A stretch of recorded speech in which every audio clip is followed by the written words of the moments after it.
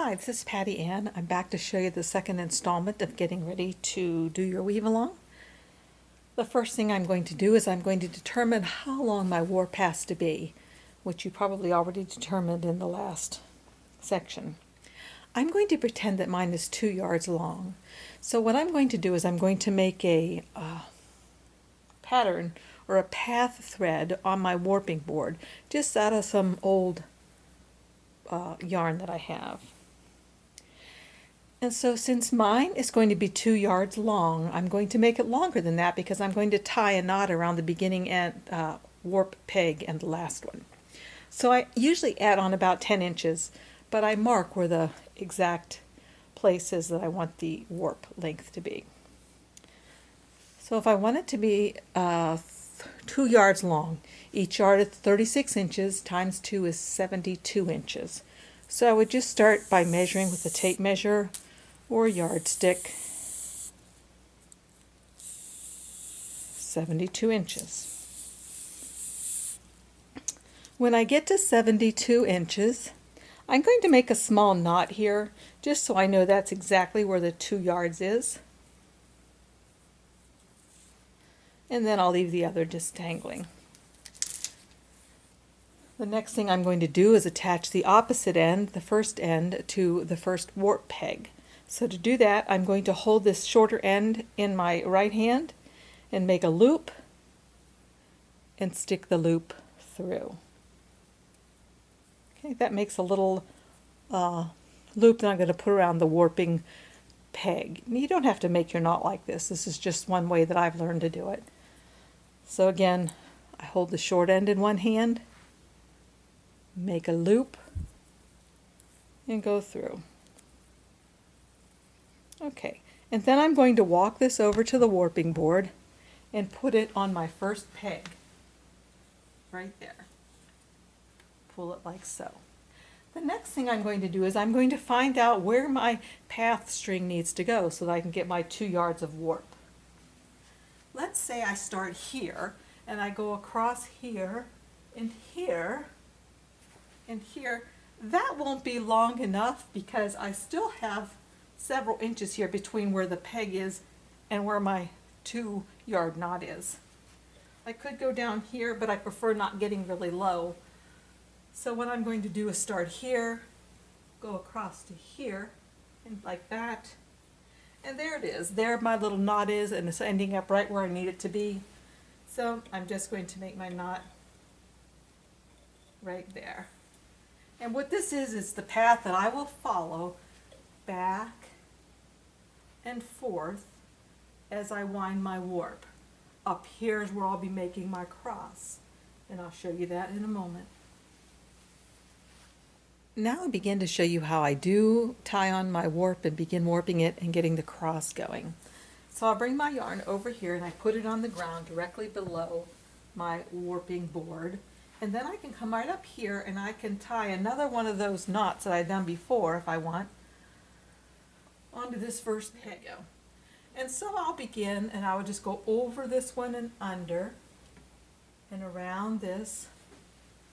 And then I'm going to go around this one, and I'm going to follow right back over here, over this one and under this one and around, over this one, under.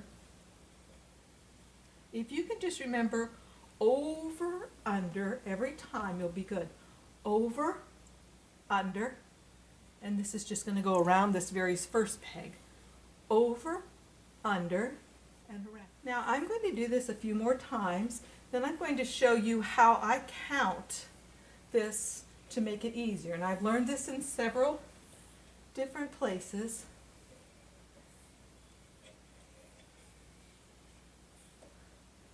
So when I get back up here at the top, I'm just going to wind around here a few times so I can begin my counting of the threads. Oh, I see I have an error here. I didn't quite follow the guide string, so I better fix that. And it's a good idea to keep your eyes open so you can see errors right from the beginning. There we go. All right, now I'm going to bring you over to show you how I count on the left-hand side over here. Okay, this is the last peg where I tied on with my guide string. And what I usually do is I'll count off when I get to 5 of these. 1, 2, 3, 4, 5. Every 5 on this last peg actually counts for 10 warp ends because there's 5 up here and 5 down here. So when I have those 5, I push them back flush everywhere except for right here. And I'll show you what I mean in a moment. So there is my 10 warp ends. This is the beginning of my next set of 10. So I'm going to go back up here and do my 10 more, just following my guide string.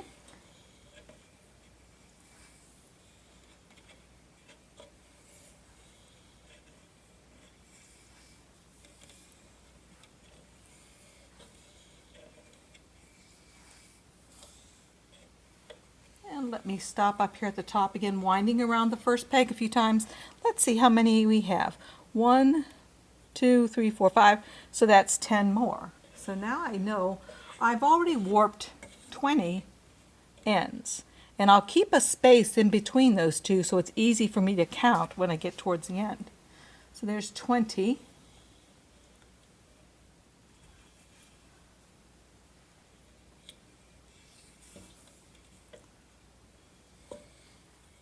I think that's 5 more. Let's see. 1, 2, 3, 4, 5. Yes, 5.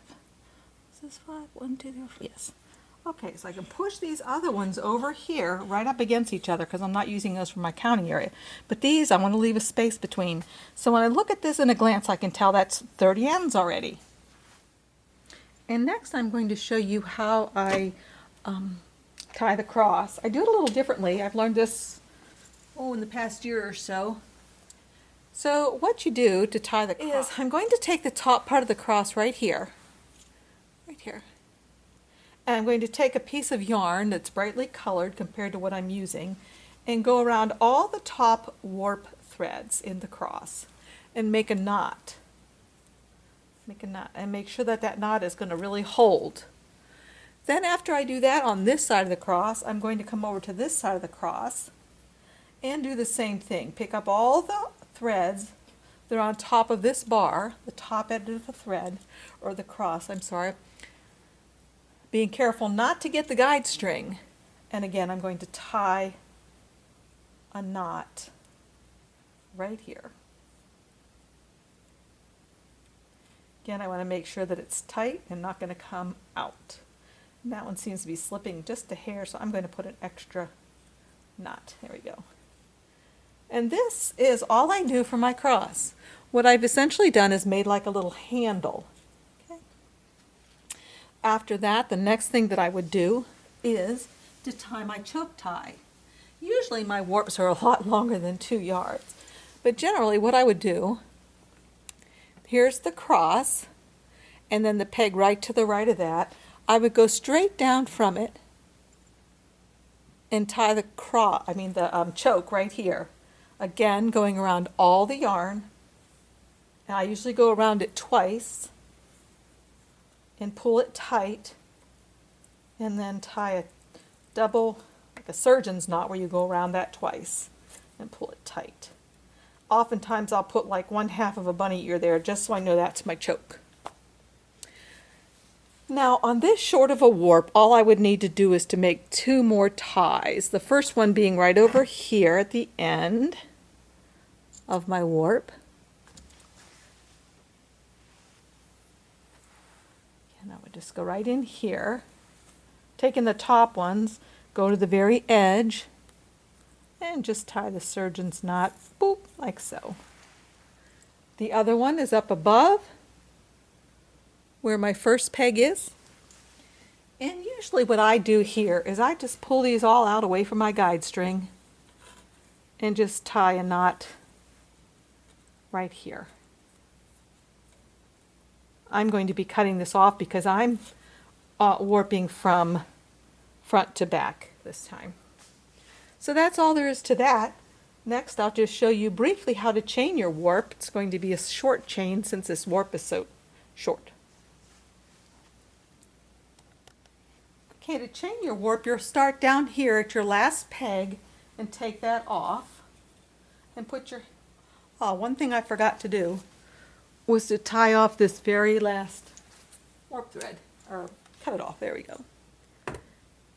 Anyway, so I'm going to put my hand in here, I'm going to pinch and then grab it and pull it through. Okay, maybe I can zoom in a little bit and you can see better. So I've got my hand in here, I'm going to pinch this, I'm going to grab it and pull it through. This way, put my hand in here, grab this and pull it through. Whoops, I let go. So what I'm doing is I'm alternating my hands so that hopefully it'll keep the warp threads from twisting as much. So now I put my left hand in and pull it through, then I put my right hand in that little section and pull it through. Once I get to about right here, here's where my hand is in the inside, then I would probably take a piece of yarn, go through, see if I have a short piece, yes, through the loop that I just made and around this last part of the warp chain or warp, just a little very lightly tied, maybe with a little bow again, a half a bow there. And what that does is it keeps my warp chain from falling out when I move it from here to the loom to begin threading.